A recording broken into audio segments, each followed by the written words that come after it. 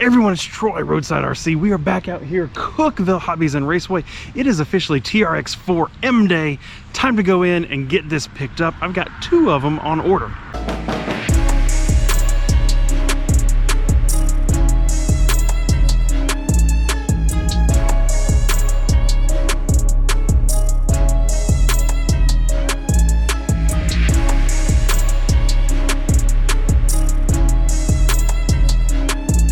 And then just like that, thank you to the folks at Cookeville Raceway and Hobbies. We now have one TRX-4M in the Bronco and one in the Defender. There they are, the Bronco. Got it in the black, and we got the Defender in the red.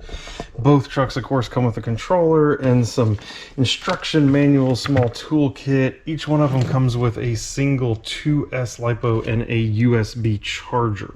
So the big question I have now is which one of these two out of the box is actually better? So if you're considering getting a TRX-4M, then should you get the Defender or the Bronco, and trying to figure out how to choose beyond just looks alone. You know, clearly some folks love that Defender style. It's been very popular in the full-size TRX-4. Some people really love the Bronco style. So of course, if there's a body style that you just love more than the other, then we can, you know, clearly choose by that. But I am curious, what are the actual differences in the truck, and is there a performance difference straight out of the box? So we're going to do some measuring of the trucks, and we're going to do some driving and seeing, is there really a difference, and should you pick one versus the other? First thing you see when you're looking at both of these trucks is they actually are, of course, very similarly sized. They're actually based on the same chassis. According to the specs online, and then confirming here, the wheelbase is actually the same. So the length of the between the two wheels is actually the same. Same for the track width. Same for the overall width of the vehicle is actually the same in both. Now, but what you do have is, and it's maybe kind of hard to see right here, the Defender is slightly longer. The bumper sticks out more in the front, and with the body shape, you can actually see that the body itself actually sticks past, plus the spare tire and the gas can and everything that's on the back here that the Bronco does not have makes it stick out more. And then lastly, if you look at the height of the vehicles, maybe coming in kind of hard to come across here, the Defender actually is taller overall than the Bronco. All of those are negative points, right? You don't want your bumper to stick out further. You don't want your truck to be taller. That's going to make it get hung on stuff easier, and it's going to make it more top heavy where it'll tip over more. So from the sheer body and packaging and dimension standpoint, the win really does go to the Bronco. But let's look underneath. With the bodies off, it's really easy to see. They're running, of course, the same electronics. They run on the same batteries. And as near as I can tell, it looks like the frame rails, chassis, driveline, everything in this standpoint is the same. The shock towers and how they're mounted all appears to be the same. I am noticing on my Defender, it actually does come with one small little spring clip in here to provide just a little extra tension in the rear compared to the Bronco. I'm assuming that's just because of all this extra plastic that's on the back here is going to otherwise have it sag just a little bit more. The two main differences I really see as I inspect these two trucks side by side, first is the tires. The Defender does come with the typical TRX-4 Canyon Trail pattern, which is a favorite of mine. I think it's a very good tire in 1.9 tenth scale size. But what we don't know is, does that same rubber compound apply here, and is it just as good in the small scale? We will have to see. The Bronco, on the other hand, actually comes with the BFG tires on it. So again, I can't tell if it's a different tread compound. They look different. You can actually see that the color of black is actually darker on this tire than it is on this one. It makes me wonder if it actually is a different tread compound, but we have no way of knowing. Will the pattern differences here actually make any difference? We will see over time. The other thing that you start to notice with these chassis off is the bumpers again. This is the Defender bumper here on this side, and this is the Bronco bumper on this side. Bronco bumper has more curve to it, but is bigger overall, whereas the Defender bumper does stick out more and down more. On the rear, we get a similar thing. The Defender bumper is actually much smaller and does hang down quite low. The Bronco bumper is bigger. I am guessing modifying these bumpers on either truck will give you a lot better performance. The next thing I'm curious about is the weight of the truck. So if I have the Defender itself, this is without a battery. No battery in this whatsoever. We are looking at a total of 482 grams, with 45% of that being on the front. That is not what you want for a crawler. You do not want more rear weight than front weight. This is definitely something we're going to have to fix with this truck. Swapping over to the Bronco, we are 20 grams lighter. 20 grams lighter and 50-50 weight distribution. So just looking on the bench, that tells me that the Bronco will definitely outperform the Defender, especially when we're talking about climbing up hills where you want more weight on the front. Not only is the total truck lighter, but it does have more of its weight towards the front. I think more importantly, what it does is it has less weight on the rear. If we double check this again, front weight's 228, rear weight's 232. Yeah, there's literally less weight on the front of the Defender period by about 20 grams, and more, a lot more, on the rear. That's certainly a negative, and kind of like the 10th scale TRX-4 with the Defender body on it. It was always known as the Defender body looks cool, but is not good for performance, and you can actually see that difference right here. I've got batteries charged up. I'm going to take both of these out, hit some of my 10 scale crawler course with them, and just see, can I tell a difference in how the two of them drive straight out of the box.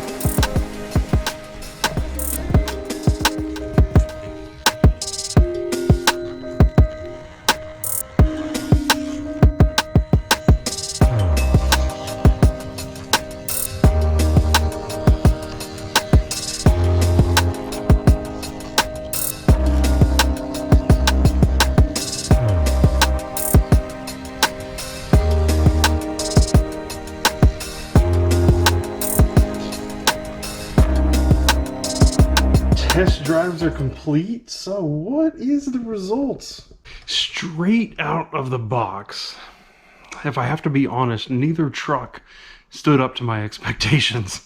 And maybe that should have been my expectation.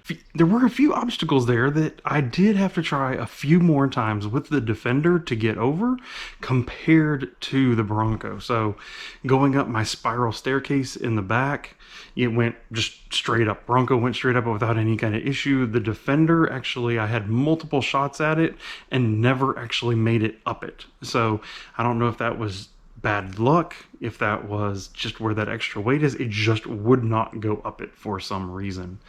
The out in the front rock wall, there's this one spot where I was trying to go up and kind of hang the truck up over a ledge. The Defender, I had to hit it a couple times before I finally made it through it, whereas the Bronco just went over it without any kind of issue. Now, clearly, my expectations for these trucks were that as they're 18th scale, not 24th, like the SCX24, maybe they could handle a 10th scale course and 10th scale obstacles a little bit better. And I was wrong. They just didn't, right? At the end of the day, they handled them just about like an SCX24 would. So that's where we stand. I lean still right now, based on everything that we've seen and measured and driven. If I was going to pick one of the two of them, I would pick the Bronco. Either way, once you get them, whatever you can do to minimize the bumpers and to minimize the weight of the body. So maybe you buy whichever one you can get cheaper if there happens to be any price difference where you're going to purchase them. And you eventually put like a lighter weight body like the SCX24 Pro Line cliffhanger body, as an example. You put something like that on it that actually reduces the weight noticeably. And that's really going to make a big difference in how your truck performs compared to how either one of these are out of the box. The other thing I'm really curious to see is clearly putting different tires on them and what kind of difference that can make. Removing any weight in the rear, moving all the weight to the front, all that is going to really make a difference here. So that will all be in future videos. Be on the lookout right over here. I will have a TRX-4M playlist. As I build out all these videos with these trucks, you'll be able to see that over here. So thank you and goodbye.